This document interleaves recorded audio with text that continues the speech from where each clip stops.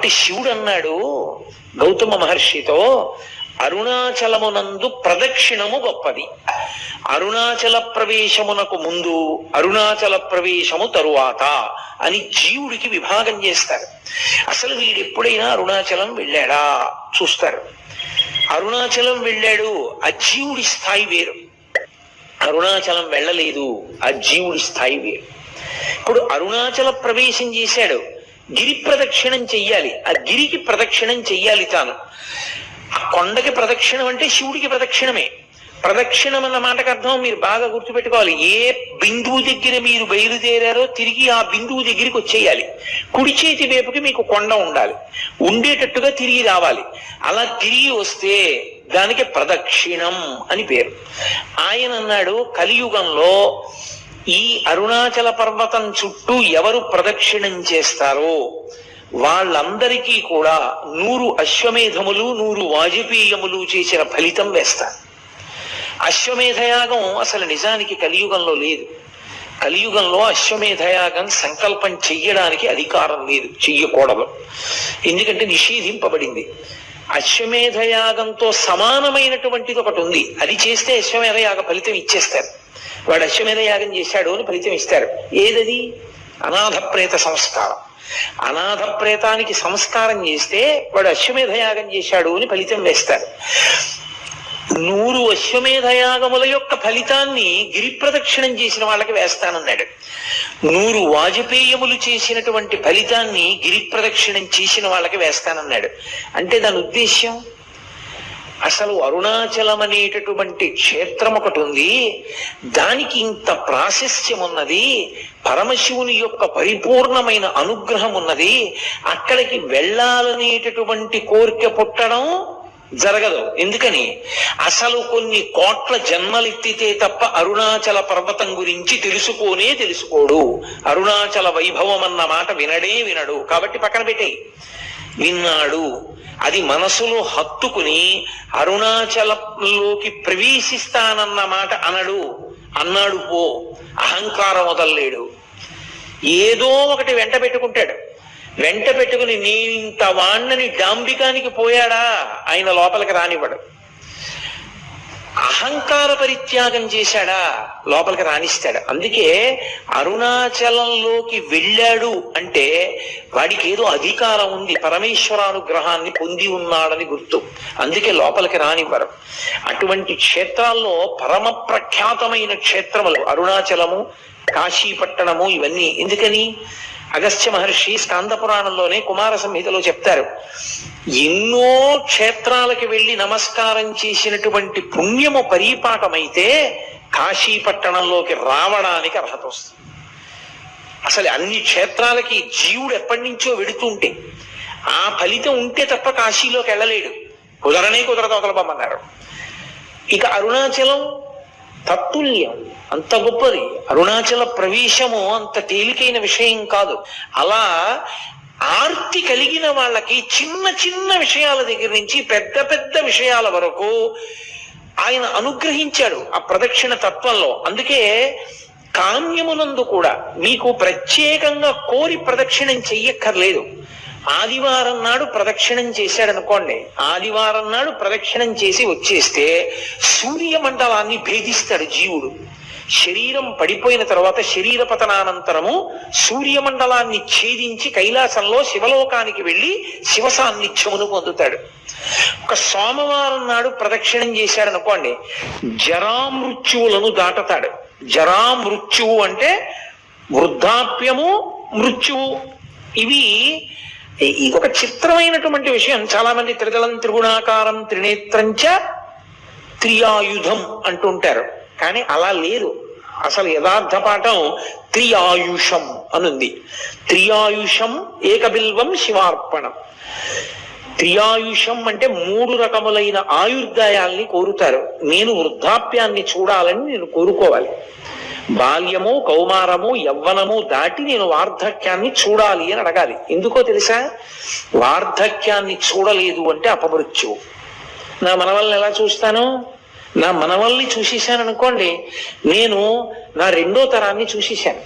2 తరాలు చూసేశాను అంటే లౌకికంగా నేను నా ఆయుర్దాయం చేత పరిపూర్ణంగా వంశంలో ప్రధానమైన మలుపులు చూసేశాను. ఇప్పుడు నేను వానప్రస్థానికి, ఈశ్వరుణ్ణి చేరుకోవడానికి, తపస్సు చేసుకోవడానికి వెళ్ళవచ్చు, అర్హత పొందుతాను. ముందే పడిపోయింది అనుకోండి శరీరం, అసలు ఇంకా కొడుకు లేడు, కొడుకుని చూడలేదు, తను చెయ్యవలసిన కర్తవ్యాలు పూర్తి చేయలేదు, అది అపమృత్యు దోషం అంటారు దాన్ని. అలా పడిపోకూడదు శరీరం. కాబట్టి అపమృత్యు దోషం పోవాలి అంటే జరా అంటే వృద్ధాప్యమునందు చింతతో అమ్మో ఇది పడిపోతుందేమో, అమ్మో ఇది పడిపోతుందేమో, అమ్మో ఇది పడిపోతుందేమో అని బెంగతో కాకుండా అమ్మో ఇది పడిపోకముందే చేసేయాలనేటటువంటి తాపత్రంతో చెయ్యగలిగినటువంటి స్థితిని పొంది తదనంతరము ఇక మళ్ళీ ఇంకొకసారి చావవలసిన అవసరం ఉండదు. అది ఆఖరి చావు. అంటే ఇంకోసారి పుట్టడని గుర్తు. పుడితే కదా చావడం. అది ఆఖరి వృద్ధాప్యం. ఆ ఆఖరి వృద్ధాప్యం భయంతో ఉండదు, ఆ ఆఖరి వృద్ధాప్యం త్వరతో ఉంటుంది. ఓ జుట్టు తెల్లబడిపోతోంది, 60 వచ్చేసాయి, చేసేయాలి గబగబా మంచి కార్యక్రమాలన్నీ. ఈ పాటి ఓపిక ఉండగా సంధి బంధములు సడలిపోక ముందే ఈశ్వరారాధన చేసేయాలి, ఈశ్వరుడిచ్చిన సమయాన్ని సాధ్యమైనంత వెచ్చించేయాలి అని త్వర కలిగి భగవదారాధన యందు మగ్నుడవుతాడు. మగ్నుడై ఆ భావనతో భావనతో భావనతో భావనతో ఉన్న కారణం చేత శరీరం పడిపోతున్నప్పుడు కూడా పటికి బెల్లం తిన్న నోరులా ఆ పారవస్యంతో పడిపోతాడు.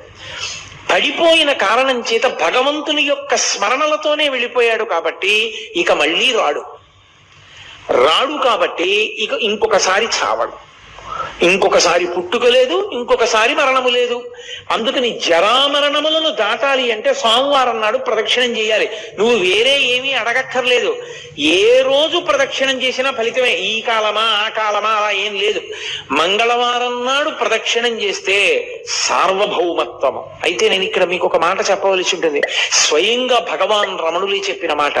అరుణాచలంలో అరుణగిరికి ప్రదక్షిణానికి మంగళవారము శ్రేష్టము, చాలా మంచిది.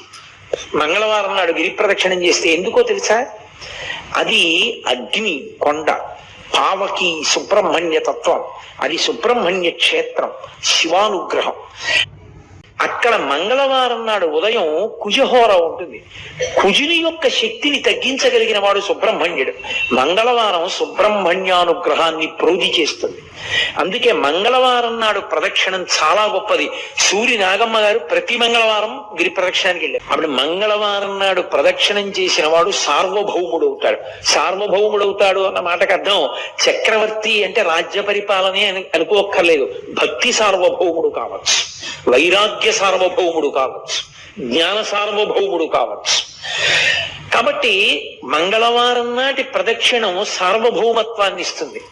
బుధవారం నాడు గిరి ప్రదక్షిణం చేసినటువంటి వాడికి అపారమైనటువంటి పాండిత్యం అబ్బుతుంది. పాండిత్యం అంటే ఏవో కొన్ని పద్యాలు కొన్ని శ్లోకాలు చెప్పడం అనుకుంటున్నారేమో, కాదు. పండాహ అంటే భగవంతుని యొక్క జ్ఞానము కలుగుట. భగవద్జ్ఞానము కలగాలి అంటే తనంత తానుగా లోపల పొటమరించాలి అంటే బుధవారం నాడు ప్రదక్షిణం చెయ్యాలి.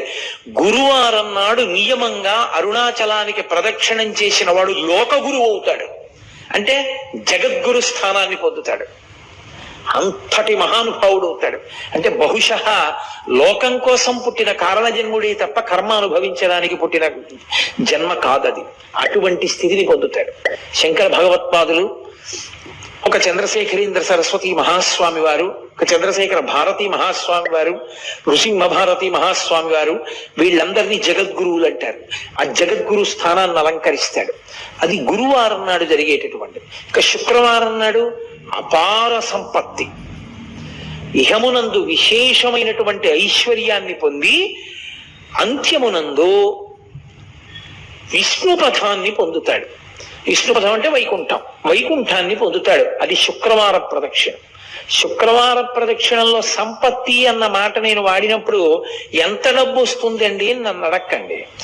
సంపత్తి అన్న మాటకు అర్థం ఏమిటో తెలుసా? తృప్తి.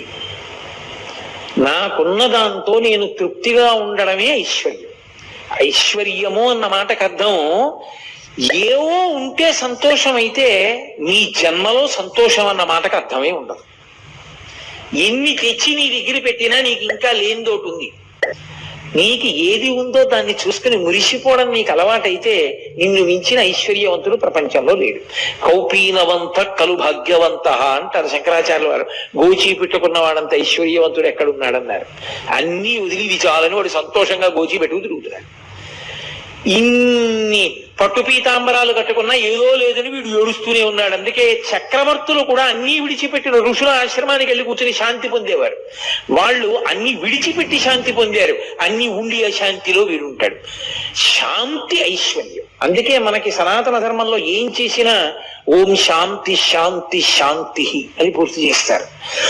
శాంతిని మించిన పరమైశ్వర్యం, తృప్తిని మించిన పరమైశ్వర్యం లోకంలో ఇంకోటి లేదు. నాకు ఈశ్వరుడు ఇవ్వలేదని ఏడిచేవాళ్ళు చాలా మంది ఉంటారు. నాకు ఈశ్వరుడు ఏమివ్వలేదని అడిగేవాడు కోట్ల మందిలో ఒక్కడే ఉంటాడు. అలా అడగగలగాలి అంటే వాడు నిత్యతృప్తుడై ఉండాలి. వాడు బ్రాహ్మణుడు. వాణ్ణి మించిన బ్రాహ్మణుడు లేడు. అందుకే వ్యాసుడు దేవి భాగవతం చెప్తూ పరమేశ్వరుడు కూడా ఎవరి పాదములకు నమస్కరిస్తాడని అడిగాడు. అడిగి సంతోషోహి ద్విజన్మనాం, నాకు ఇది కావాలన్న కోరిక మనసులో లేకుండా, ఎప్పుడు నాకు అసలు ఏం లేదన్న దాని మీద దృష్టి లేకుండా, నాకు ఈశ్వరుడు ఏమివ్వలేదని మురిసిపోయేవాడు ఎవడున్నాడో అటువంటి బ్రాహ్మణుడి పాదములు కడిగి ఆయన పాదములకు నేను నమస్కారం చేస్తానన్నాడు పరమేశ్వరుడు. కాబట్టి యతీనాం భూషణం జ్ఞానం సంతోషోహి ద్విజన్మనాం ఉద్యమం శత్రుహననం భూషణం భూతిమిచ్చతాం అన్నాడు ఆయన. కాబట్టి అది ఐశ్వర్యం అంటే.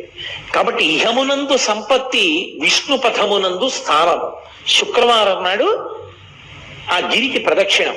అలాగే శనివారం నాడు చేస్తే గ్రహపీడా విముక్తి. మీరు ఒక్క మాట చాలా జాగ్రత్తగా జ్ఞాపకం పెట్టుకోవాలి. గ్రహపీడా విముక్తి అన్న మాటకు అర్థం ఏమిటో తెలుసా అండి?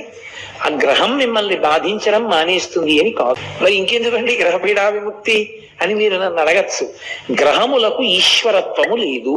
అందుకే నేను మీతో ఒక మాట చెప్తాను. ఒక దేవాలయంలో అనేకమైన దేవతామూర్తులు, నవగ్రహ మంటపం, గోపూజ జరుగుతున్నాయి అనుకోండి. మీరు ఏదైనా మరిచిపోవచ్చేమో కానీ గోవుకి ప్రదక్షిణం చేయకుండా మీరు వెళ్ళకూడదు. ఒక దేవాలయానికి ఎదురుగుండా ఒక ఆవు మేస్తోంది అనుకోండి, మీరు గుళ్ళోకి వెళ్ళడం ముఖ్యమా, ఆ గోవుకి ప్రదక్షిణం చేయడం ముఖ్యమా అంటే గుళ్ళోకి వెళ్ళడం కన్నా గో ప్రదక్షిణం ముఖ్యం. మీరు గుళ్ళోకి వెళ్ళి గోవును వదిలేసి వెళ్ళారనుకోండి, ఈశ్వరుడు కూడా అనుగ్రహి. గో ప్రదక్షిణమే గొప్పది. దిలీప చక్రవర్తి వృత్తాంతం లేదు, గోవును దాటిడితే ఏమయ్యాడు? గోవుకి ప్రదక్షిణం చెయ్యాలి. నవగ్రహ మంటపానికి ప్రదక్షిణ వదిలేశారనుకోండి, ఉపద్రవం రాదు. ఎందుకో తెలుసా? గ్రహములకు ఈశ్వరత్వము లేదు. కొంతమంది పొరపాటున శనీశ్వరుడు అంటుంటారు. శనీశ్వరుడు అన్న మాట లేదు. శనైశ్చరుడు. శనైహి చరహ. మెల్లగా నడుస్తాడు ఆయన. అందుకని ఆయనకి శనైశ్వరుడు తప్ప శనీశ్వరుడు లేదు. అసలు గ్రహములకు ఈశ్వరత్వము లేదు. ఈశ్వరత్వము లేదు అన్న మాటకు అర్థం ఏంటో తెలుసా? ఆయన గుమాస్తాయే కానీ అధికారి కాడు. గుమాస్తా గారు వద్దు, ఈయనకి 2 ఎకరాల పొలం ఇవ్వకూడదు అని రాశాడు. కలెక్టర్ గారు ఫైన్ చూసి అక్కర్లేదు, ఇతనికి ఇవ్వచ్చు, పేదవాడు పాపం, ఇతనికి ఇవ్వడానికి తగిన కారణాలు నాకు కనపడుతున్నాయి కాబట్టి 2 ఎకరాలు ఫలానా చోటు ఇతనికి ఇవ్వండి అని రాశాడు. గుమాస్తా మాట నెగ్గుతుందా? గ్రహబాధ విముక్తి అన్న మాటకు అర్థం ఏమిటో తెలుసా? గ్రహముల యొక్క పీడ కింది స్థాయికి వెళ్ళిపోతుంది. ఈశ్వరుడు పిలిచి అంటాడు, వాడిని నువ్వు బాధ పెట్టడానికి వీలు లేదు. ఇప్పుడు పాము కరవాలి, వాడిని చీమ కరుస్తుంది. అంటే గ్రహం ఈశ్వరుడి మాటని బట్టి బాధించడంలో కింది స్థాయికి వెళ్ళిపోతుంది. అప్పుడు అసలు మిమ్మల్ని బాధించినట్టు ఉండదు. పాము కరిస్తే పడినటువంటి బాధ వలన పోవలసిన పాపం చీమ కరిచిన బాధని పాము కరిచిన బాధతో సరిపెట్టి పోగొడతారు. కొంతమందిని చూడండి, కారాగారంలోంచి సత్ప్రవర్తన వలన విడుదల చేసేసామంటారు. మనం ఎన్నుకున్న ప్రభుత్వానికే అంత అధికారం ఉంటే పరమేశ్వరుడికి గ్రహములను ఆదేశించడానికి అధికారం ఉండదని మీరు ఎలా అనుకుంటున్నారు? అది గ్రహపీడా విముక్తి అంటారు దాన్ని. అది శనివార ప్రదక్షిణం చేత కలుగుతుంది. కాబట్టి అసలు అరుణాచలానికి వెళ్ళి గిరి ప్రదక్షిణం చేసినటువంటి వాడికి పరమశివుడు గౌతమ మహర్షితో చెప్పిన మాట ఏమిటో తెలుసా? వాడికి ఆయనము, రోజు, ఋతువు, తిథి, నక్షత్రము, వారముతో సంబంధము లేదు ఎప్పుడైనా సరే. అయితే ఈశ్వరుని యొక్క అనుగ్రహము కాలమునందు విశేషమైతే ఉత్తరాయణ పుణ్యకాల ప్రవేశము, అలాగే ఒక గ్రహణ సమయమునందు, అలాగే ఒక పౌర్ణమి తిథి ఎందు, అటువంటప్పుడు ప్రదక్షిణం చేస్తే విశేష ఫలితము సంక్రమిస్తుంది.